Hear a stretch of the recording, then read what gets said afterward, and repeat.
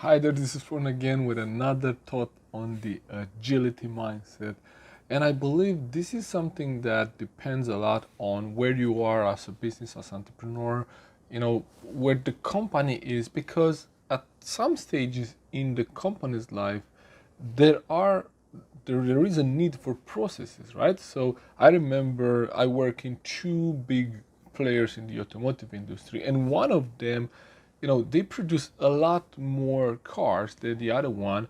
And in this situation, they needed to have processes because they had so much diversity on, what kind of specs they use, what countries would they sell these cars, and equipment levels and all of that stuff.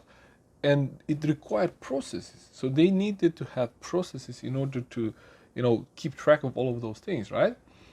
But with processes, there is a downside of that, because then people stick to processes. When they stick to processes, as long as the process works, that's perfect. But then when the process doesn't work, people were not they were not prepared. They didn't have this agile thinking, right? What do we do when the process doesn't work? Well, we need to go and talk with this expert. And so we went talking to the expert, and then what happened is that it took a lot of time, and then we're questioning, oh, did you follow the procedure? And if you follow the procedure, what step did you not follow? Why it doesn't work? Oh, we need to update the procedure, and so on and so forth.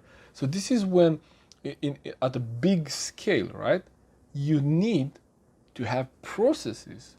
And I think you need to have processes for a certain part of your business. I think this is where the 80-20 principles applies, and it will work at its best if you have 80% of your business following processes, right? You need processes in order for you to scale up, in order for you to be able to create, the products or the services that you want to create, and then to provide those.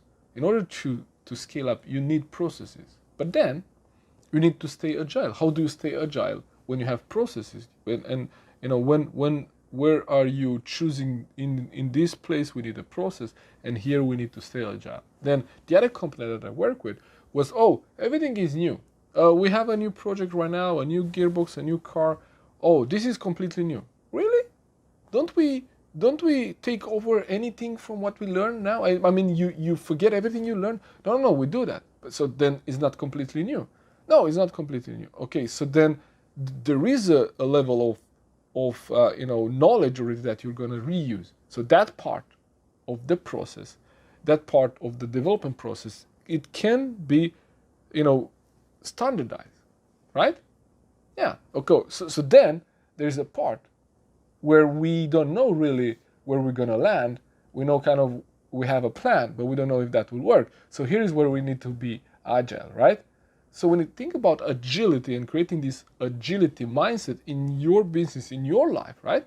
You want to be 80% of your life, of your business, you wanted to have it standardized. You wanted to have processes for that, because you need to be repeatable, right?